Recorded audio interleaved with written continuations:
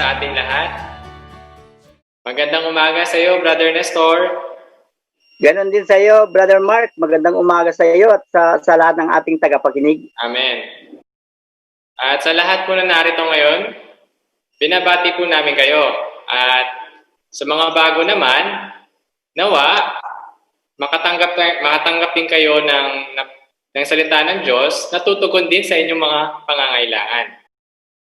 At welcome po kayo sa aming pagpupulong sa oras na ito. Alam niyo po ba, Brother Nestor? Sabik na sabik sa araw ng Sabado. Kaya salamat sa Panginoon. Araw na naman ng Sabado. Amen. Ang ebanghelyo natin ay ating pinagpapatuloy tuwing Sabado. Mga kaibigan, mga kapatid, bago tayo darako doon sa ating mismong mensahe, hayaan mo muna natin na ang lahat ay magtamasa sa ating himno, number 1153. Ito ay may kaugnayan sa paksa natin ngayong umaga. Purihin ang Panginoon. Amen.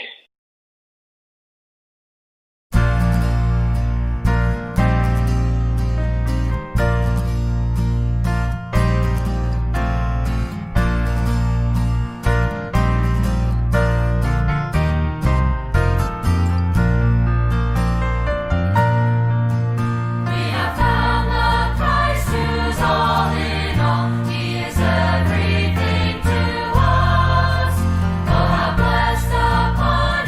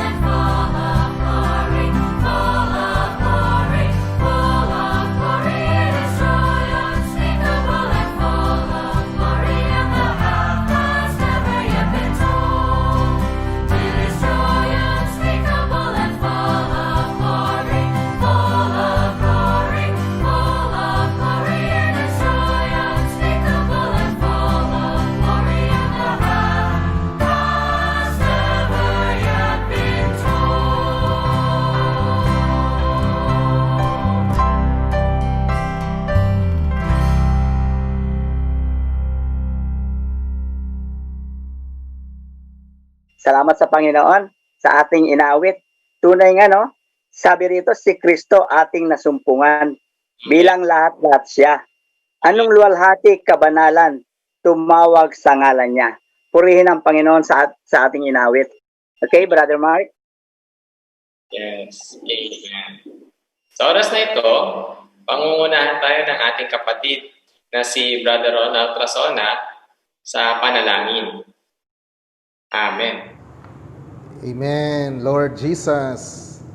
Oh, Lord Jesus.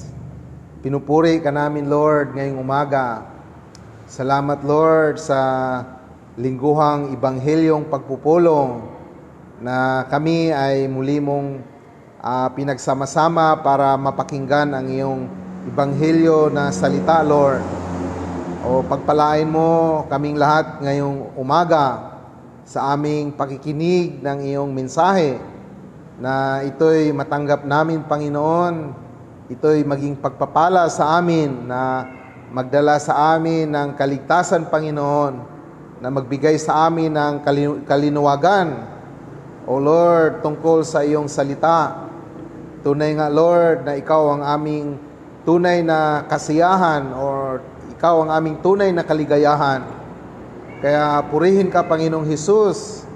Hallelujah sa umaga na ito. Amen. Salamat, Brother Ronald, sa iyong mapanghikayat na panalangin.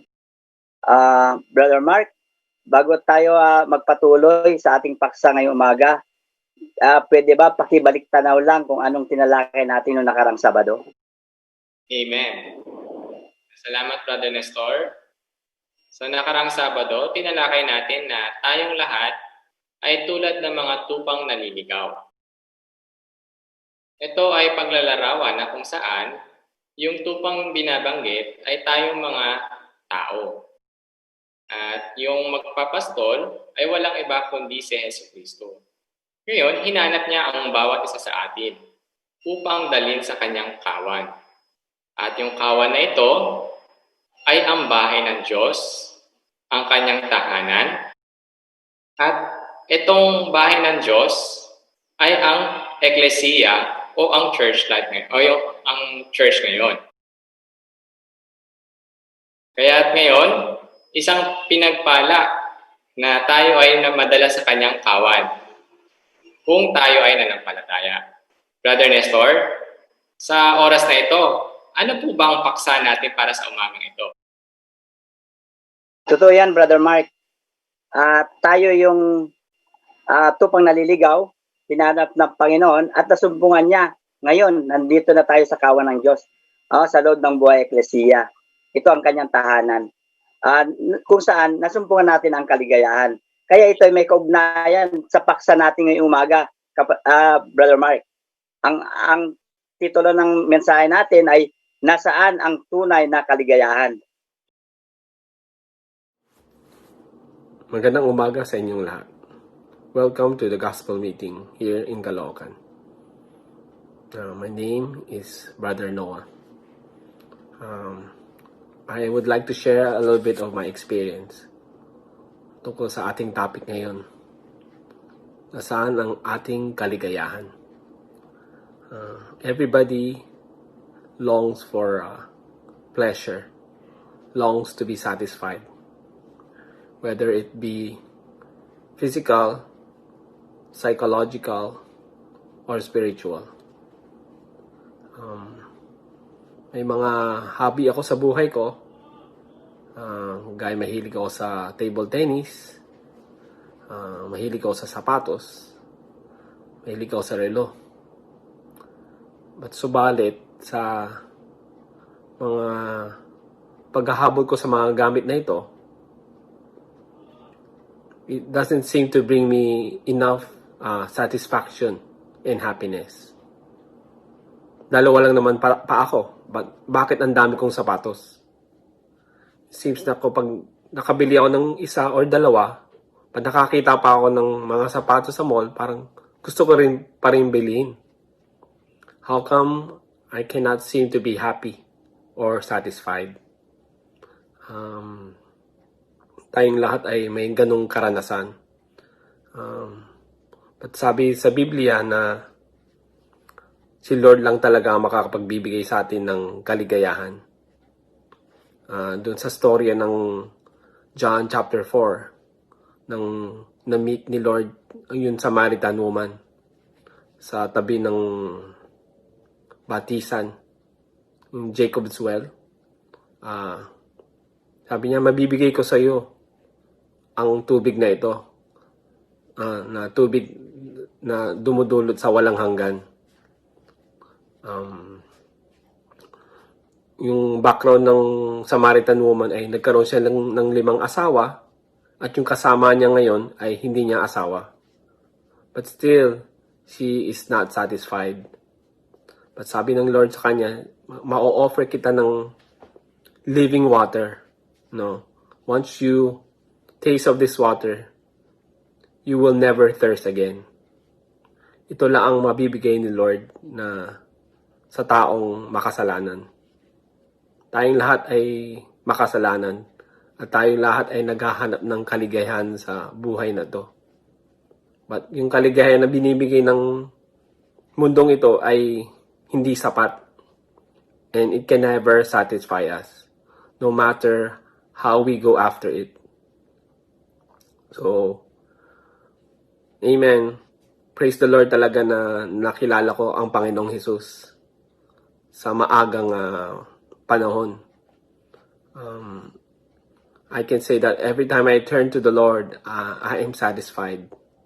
I am happy from within. He cannot be compared to the things that I have in this world. The Lord is the best thing that ever happened in my life. Amen. Sige, Brother Christian, I'll pass it on to you. Thank you.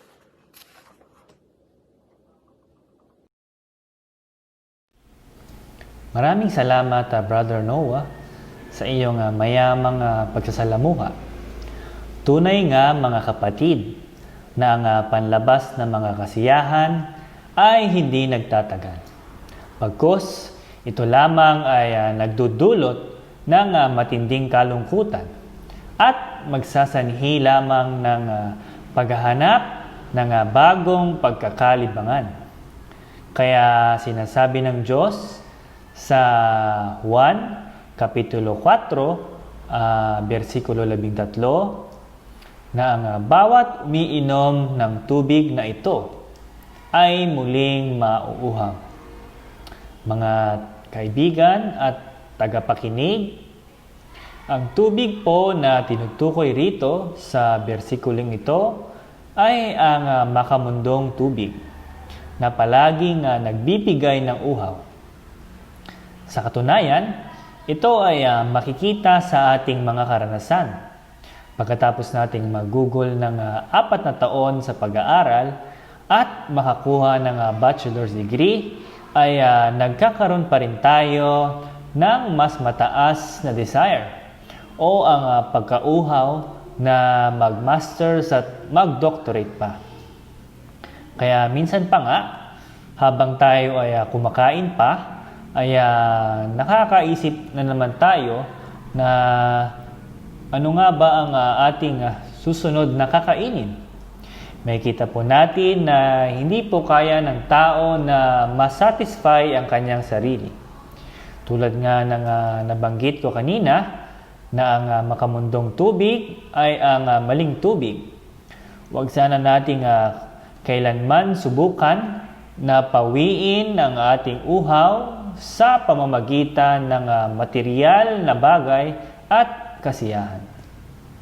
Dahil mas lalo lamang po tayong mauuhaw.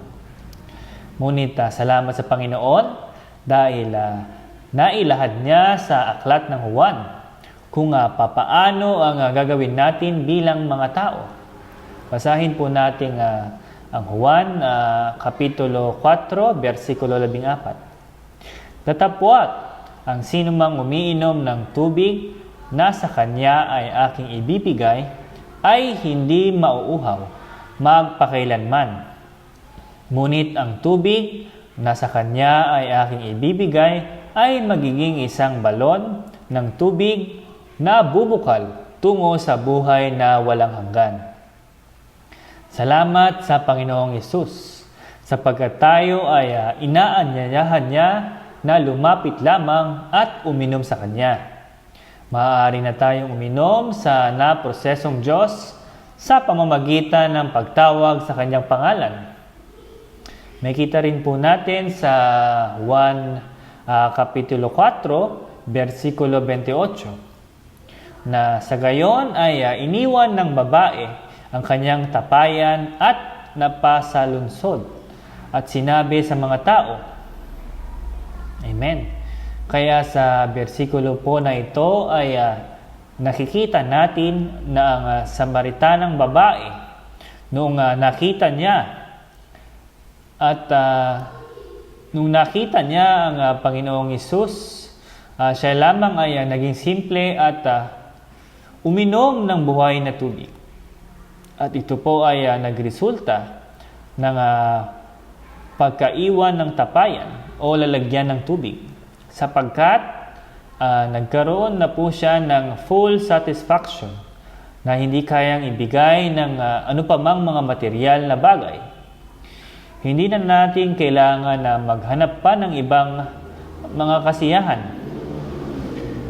Ang Diyos bilang Espiritu ay nag-aanyaya sa atin na inumin natin siya, tamasahin natin ang walang hanggang Diyos sa ating pang-araw-araw na buhay.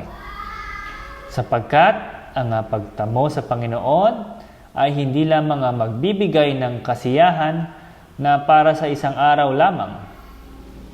Mga kaibigan, kapatid, tayo ay dinadala niya sa mga karanasan upang tayo ay umigib at uminom pa ng tubig na buhay upang matustusan ang ating pag-uuhaw.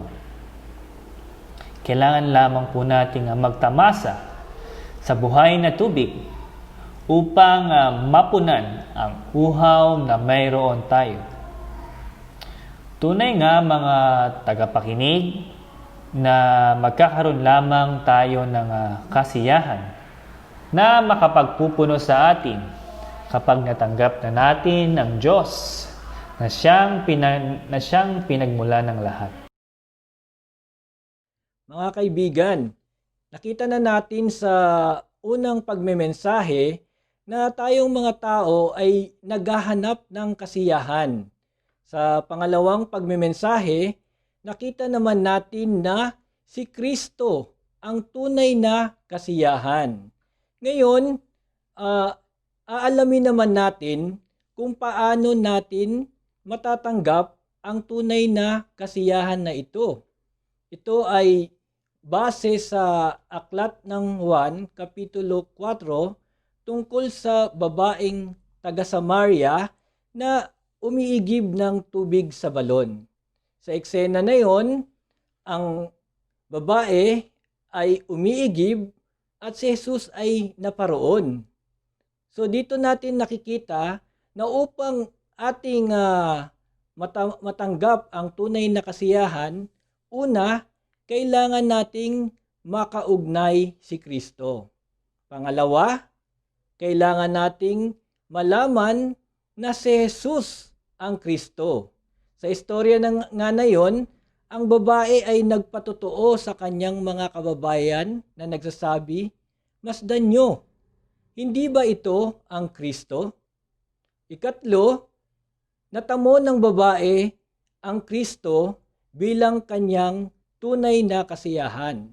Sa papaanong pamamaraan?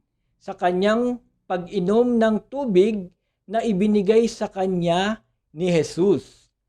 Nung kanyang natamo ang tunay na kasiyahan na ito sa pag-inom ng tubig na binigay ni Jesus sa kanya, ang babae ay nagkaroon ng tunay na kasiyahan at kaagad siyang pumunta sa kanyang mga kababayan upang ito ay ipangalat sa kanila. Na darti-rati, siya ay may pantaong kasiyahan. Ito ay sa pamamagitan ng kanyang 5 naging asawa. Ngunit, nung nakita niya na si Kristo, natamo niya si Kristo, doon siya nagkaroon ng tunay na kasiyahan na sumasagisag sa tubig na kanyang ininom. Kaya mga kaibigan, anuman ang ating katayuan sa buhay ngayon, mayaman man tayo o mahirap, mayroon tayong magandang pinag-aralan, natamo natin ang maraming bagay sa mundo. Katulad tayo ng babaeng Samaritana na ito na hindi lubusang nasisiyahan. Kaya kinakailangan nating makaugnay at matamo si Kristo. Kung wala si Kristo sa ating buhay, ang ating buhay ay merong kakulangan. Merong bahagi ang ating pagkatao na hindi mo malalamanan ng kung anuman, sapagkat ito ay nalalaan lamang kay Kristo. Kaya samahan niyo akong manalangin upang matamo natin ang Kristo na ito bilang ating tunay na kasiyahan. O Panginoong Hesus, Panginoon, ako ay umaasa at nagnanais ng mga kasiyahan. Ngunit ito ay hindi ko lubusang masumpungan. Nababatid ko na may bahagi sa aking pagkatao na naghahanap ng tunay na kasiyahan. Panginoon, ipinakita sa amin na tanging ikaw ang tunay na makapagbibigay ng kasiyahan, ang makakaalis ng aming kauhawan. Panginoon, pumasok ka sa loob ko, sa aking pantaong espiritu, upang matamasa ko ang tunay na kasiyahan, at ito'y walang iba, kundi ikaw mismo, Panginoong Hesus. Amen. Yes. Salamat sa mga kapatid na nagbahagi sa oras na ito. At oo nga, kailangan natin yung tubig ng buhay na mainom upang matanto natin, makita natin ang tunay na kaligayahan. Brother Nestor, alam ko meron magpapatotoo sa oras na ito. Maaari po ba natin silang makilala sa oras na ito? Oo, Brother Mark, totoo yan. Ito mga kapatid na ito na magpapatuto ay tunay nga na nasumpungan din nila yung kaligayahan. Amen. Amen. Amen. Praise the Lord. Amen. Nice kong mag-testimony ng buhay ko. Kukunin ko yung tanong na ang tunay na kaligayahan. Saan ba ang tunay na kaligayahan o kasiyahan? Purihin ang Panginoon, mga kapatid. Kasi isa ako sa mga tao before na namuhay na puno ng kabiguan. Pero purihin ang Panginoon, yung buhay pa lang iyon ng puno ng kabiguan na buhay. Sabi ng mga tao nung araw sa akin, pagsubok lang daw yun ng Diyos. Pero nang matanggap ko ng Panginoon, natanto ko na hindi pala yun pagsubok. Kasi hindi niya ako susubukan dahil hindi ko pa siya natanggap. Hindi pa ako naging kanya at hindi ko pa siya naging akin. Purihin ang Panginoon na iyon pala ay daan ng Panginoon upang makarating siya sa akin, pagkat ang puso ko ay naging mapaghanap. Hinanap ko siya at ako pala ay hinanap din niya. Purihin ang Panginoon, natanggap ko siya. At mula nang ako ay tumanggap sa Panginoon, ako ay namumuhay ng buhay na kamanghamanghang buhay. Ngayon, di ko na masasabi na saan ang kaligayahan. Araw-araw, namumuhay ako ng buhay na kasiyasiyang buhay. Kasi si Kristo lang pala yun. Si Kristo lang pala yung lahat ng tugon sa lahat ng ating pangangailangan. Ano ba ang ating hinahanap?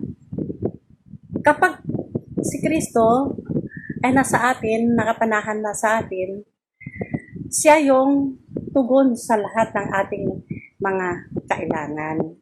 Kung ano yung ating hinahanap, siya ang ating masusumpungan. Oh Lord Jesus, kaya nawa, nasasabi ko talaga ngayon, ako ay maidideklara ko. Nakakapagdeklara ako noong isang stanza ng isang himno na hinanap sa pagiliw, akong walang aliw. Pagal may kasalanan, inuwi sa kawan. Habang sa kanyang presensya, mga anghel nag-awitan. Purihin ng Panginoon, sapagkat yun ang nadarama ko. Dito ko natamo, dito, yung buhay ay si Kristo talaga. Samantalang, hindi pa natin natanggap si Kristo, ang buhay na iyon ay buhay ng pantao lang. Salamat, meron na tayong buhay ng Espiritu, ang tres-unong Diyos sa loob natin. Oh Lord Jesus, yan ngayon ang buhay na kamangha-mangha sa loob natin. Yan ang tunay na kaligayahan. Kapag tayo ay kay Kristo at si Kristo ay nasa atin, dama natin na araw-araw ang buhay natin ay masaya, may galak. Hindi lang basta masaya, magalak. Purihin ang Panginoon mga kapatid dahil dinala tayo sa ganitong antas ng buhay na tinanggap natin si Kristo, na dala tayo sa isang antas ng buhay na meron pa palang kamangha-manghang buhay. Purihin ang Panginoon, mga kapatid. Amen. Amen. Purihin ang Panginoon. Magandang umaga po. Ako po si Vilma Batalier na magpatutuo sa aking karanasan. Bata pa lamang po ako ay natanggap ko na si Kristo sa pamamagitan ng panghihikayat ng aking tiyahin. Subalit, nung ako ay umalis sa aming lugar at lumuwas papunta dito sa Maynila upang magtrabaho, at nung ako'y nakapagtrabaho na ay hindi na ako nakadalupang muli ng mga pagkukulong. Dahil dito na rin ako nagkapamilya, ay mas lalo akong napalayo sa Panginoon.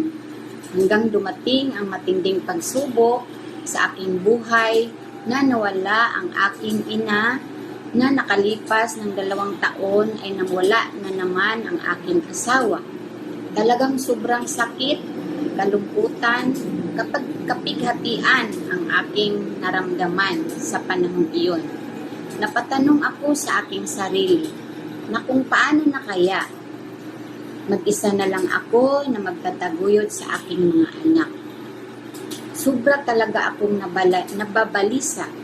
Subalit purihin ang Panginoon na muli akong nabigyan ng pagkakataon na makasalamuha ang ating Panginoong Hesukristo dahil sa mga kapatid na naanyayahan nila akong muli na mapanumbalik sa Panginoon, at ngayon lubos akong nagagalak at nagpapasalamat dahil dito ko nakita, nararanasan at nagkaroon ng tunay na kasiyahan, tunay na kaligayahan sa loob ng Eklesiya sa tahanan ng Diyos. Kaya mga kapatid, dito makita nga natin sa Gawa 26:18 upang buksan ang kanilang mga mata, upang ibaling sila mula sa kadiliman patungo sa liwanag, at mula sa autoridad ni Satanas patungo sa Diyos, upang sila ay makatanggap ng kapatawaran ng mga kasalanan at ng isang pamana sa gitna nila na napaging banal sa pamamagitan ng pananampalataya sa Diyos. Kamangha-mangha nga talaga mga kapatid ang dakilang pag-ibig ng Panginoong Hesukristo sa atin. Dahil ngayon ay labis akong nasisiyahan sapagkat ang pag-ibig ng Panginoon sa atin ay hindi nagmamaliw magpakailan paman. Kaya't ngayon ay kailangan nating tanggapin, mga kapatid, ang buhay ng Panginoong Hesukristo. Dahil dito natin mararanasan ang tunay na kaligayahan sa Kanya. Purihin ang Panginoon. Amen. Salamat sa kapatid na babae na nagbigay sila ng patuto tungkol sa pagsumpong nila sa tunay na kaligayahan. Amen. Mga kapatid, mga kaibigan, lahat na tagapakinig, meron magandang tanong kay Brother Mark. Tanungin nga natin. Brother Mark, ano ba yung tinatamasang kasiyahan na ginawa ng babae? Although nasiyahan siya, pero parang kulang pa rin, Brother Mark. Yes. Amen. Gaya ng nabanggit ng ating kapatid, sa kanyang karanasan, marahil kayo din po ay ganito. Tama po eh. Baka ikaw din po ay ganito na kung saan merong nakakakain sa isang restaurant, nakakalakbay sa iba't ibang lugar, kasama yung mga kaibigan din natin na nakakapanood ng sine, nakakapamasyal, nakakapamili. Kung isipin natin, magbibigay naman siya ng kaligayahan. Ngunit, pansamantala lamang. Kalaunan, nakakadama tayo ng kakulangan sa loob natin o hungkag pa rin tayo. Kung kaya't, dapat po natin makita na anuman yung meron dito sa lupa ay hindi niya tayo mabibigyan ng tunay na kaligayahan. Gaya ng nababanggit ng ating mensahe sa oras na ito. Brother Nestor, ano Yes, po Brother Mark. sabi ng Biblia sa atin kung ano ang kaligayahan ng tao? Thank you, Brother Mark. Amen. Purihin ng Panginoon, no? Sinabi mismo ng Panginoon, dun sa Juan 4:13. Sabi niya sa Samaritana, sino man ang iinom sa tubig na ito ay muling mauuhaw. Parang Amen. simple lang, Brother Mark, parang simple lang yung kanyang sinabi. Pero merong malawak ang kanyang pakahulugan dito. Amen. Yung tubig na sinasabi na pag ininom natin ay mauuhaw tayo muli, ito ay sumisimbolo o sa tunay na kasiyahan, pero sa mga material na bagay. Amen. Katulad ng mga libangan. Yan. Isa yan sa tinutukoy ng tubig na ito. Amen. Pero, ano man ang inumin mo sa tubig na ito, talagang muli kang mauuhaw. Halimbawa, may mga tao na nag-aaral. Amen. Tapos na yung bachelor degree nila, parang kulang pa rin sa kanila. Kaya, magmamaster na naman na mas mataas na antas. Pagkatapos ng master, parang hindi pa rin nasisiyahan. Kaya mag-aral ulit sa mas mataas na antas, magdo-doctorate siya. So makikita natin na parang ito yung tubig na sinasabi ng Panginoon na mauuhaw ka muli kung ito ay yung iniinom. Amen. Kaya, alam mo, karanasan ko din eh. Dati nung nagtatrabaho ako, no? May trabaho ako noon, nagkaroon ako ng medyo malaki-laking pera. Amen. Tapos, ang nangyari, akala ko masaya na ako. Hindi. Sabi ko, pagpursiin ko pa yung trabaho ko para mas malaki ang pera na matatamo ko. Akala ko okay na. Pero hindi pa rin. Gusto ko pa rin na mas malaki. Mas malaki ng mas malaki. Parang walang kasiyahan ba? Kaya totoo yung sinabi ng Panginoon. Pero alam mo, Brother Mark, no? Amen. Doon sa yung tingnan mo yung Samaritana, nung nagkausap sila ng Panginoon, na-attract siya sa Panginoon. Kasi ang sabi ng Panginoon, siya yung tubig na pag ininom mo, hindi ka na mauuhaw pa magpakailanman eh. Amen. So, alam mo, itong Samaritana, sa totoo lang, no, nung nahipo niya ang Panginoon sa kanilang pag-uusap, pati yung balon na pinagkukunan ng tubig ng Samaritana, at saka yung water pot niya, dala-dala, ang nangyari, iniwan niya, pumunta sa syudad at ipinamalita si Kristo. Kaya ibig sabihin, naramdaman ng babae na ang Kristong ito, ang siyang tubig na pag ating ininom, ay hindi na tayo muling mauuhaw pa. Kaya purihin ng Panginoon, kapatid Mark. Ngayon, meron din akong katanungan sa iyo, Brother Mark. Ano ang naidudulot sa babae, no? Ng tubig na kanyang nainom, no, na inalok ng Panginoon? Yes. Ano bang naging naidulot sa babae, sa maritang babae? Pagkatapos nila mag-usap ng Panginoon at alokin siya ng Panginoon at inumin tong tubig ng buhay, ay agad, dali-dali nagtungo siya sa lungsod at upang ipatotoo yung kanyang naranasan sa oras na yaon. Ang ibig sabihin nito, sa mga oras na yaon, meron siyang naramdaman sa loob niya na naligayahan siya. At hindi lamang ito, sa oras na yon may biglang nagbigay sa kanya ng tunay na kaligayahan o kasiyahan na hindi niya nadama doon sa tubig na o sa balon na yon. Kaya marahil ikaw din na nakikinig, kung susuriin natin yung ating mga karanasan, maski ako sa sarili ko, naalala ko ang hilig ko dati sa mga online games. Pero pagkatapos kong maglaro ng mahabang oras sa online games, pagkatapos noon, pagdating ng gabi, pag-uwi ko ng bahay at ihiga ako sa aking kama, natatanto ko na may kulang pa din . Pero masaya naman ako kaninang tanghali. Masaya naman ako kasama yung mga kaibigan ko na naglalaro. Pero bakit ganito sa loob ko parang may kulang pa rin? Baka gayon din po kayo ngayon. Suriin po natin mabuti yung ating mga karanasan ngayon. Ano po ba yung mga libangan na ating ginagawa? Ano rin po ba yung ating mga madalas nating hinahanap pero hindi pa rin natin masumpungan? Baka ito yung oras, hindi.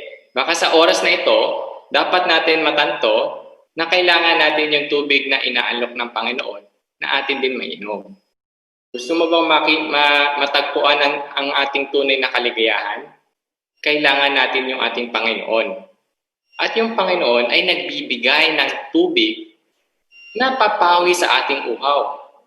Kaya nung nainom ko to, ay dali na naging patotoo ko din sa aking mga kapatid, sa aking kamag-anakan, sa aking mga kaibigan. Dahil kung ano yung nainom ko, ito yung aking naging kaligayahan ngayon. Amen. Brother Nestor? Yes, Brother Mark, salamat. Totoo yan, Brother Mark. Bali, bago tayo magpapatuloy, meron pala inanda sa atin na video clip para lalo natin maunawaan ang ating paksa. Purihin ng Panginoon. May isang babae na nakikipagkwentuhan sa isang kaibigan na matagal na niyang hindi nakikita. Napansin ng kaibigan niya na napakaputla na mukha ng babae at tinanong siya, anong nangyari?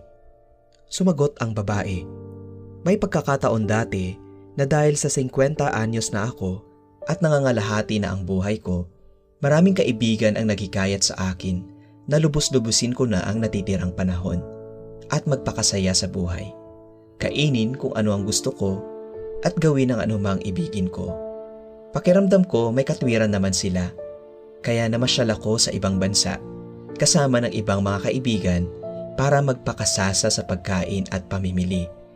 Masaya ako habang namamasyal, pero pag uwi ko, pakiramdam ko may kulang sa akin at tila nagkasala pa ako. Kalaunan, nakapanood ako ng balita ng mga estudyanteng na aksidente habang nagtatrabaho sa part-time job. Nakonsensya ako doon at nainis ako sa sarili ko. Dati, madalas kong maramdamang may masakit at may kulang sa loob ko, kaya lagi kong isinasali ang sarili ko sa masasayang gawain. Halimbawa, kumakain ako ng tanghalian kasama ng mga kaibigan, nanonood ng sine o namimili at iba pa. Kapag mag-isa lang, pilit na nililibang ko ang sarili ko sa panonood ng lahat ng klase ng pelikula o drama. Nararanasan ang nakalilitong paikot-ikot na emosyon ng tao. Pero kapag natapos na ang magandang palabas, binabalot ako ng malalim na pakiramdam ng kakulangan habang nag-iisip ako, naku, natapos na naman ang isang magandang palabas. Nawala na naman ang ligaya at kasiyahan ko. Kaya maghahanap na naman ako ng bagong magandang palabas na panonoorin para maaliw muli ako. At ang paulit-ulit na maling pangyayaring ito ay nagpapatuloy lamang ng ganon. Panlabas lamang ang mga kasiyahang ito at hindi ang totoong kagalakan na nanggagaling sa puso natin.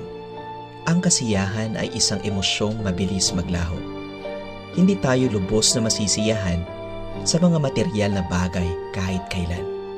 Ito ang dahilan kung bakit madalas tayo makaramdam ng kahungkagan sa loob natin. Patuloy nating inahabol ang ganap na kaligayahan, pero patuloy tayong tinatakasan nito. Subalit salamat sa Diyos dahil sa kanyang dakilang pag-ibig para sa atin. Nangako siya na ang sino mang umiinom ng tubig na sa kanya ay aking ibibigay ay hindi mauuhaw magpakailanman. Ngunit ang tubig na sa kanya ay aking ibibigay ay magiging isang balon ng tubig na bubukal tungo sa buhay na walang hanggan. Nauuhaw tayo dahil maling tubig ang pilit nating iniinom. Ang Diyos ang pinagmumulan ng lahat ng bagay. Magkakaroon lamang tayo ng tunay na kagalakan kapag uminom ng tamang tubig. Ang buhay ng tubig, ang espiritu sa kaloob-looban natin. Tanggapin natin siya.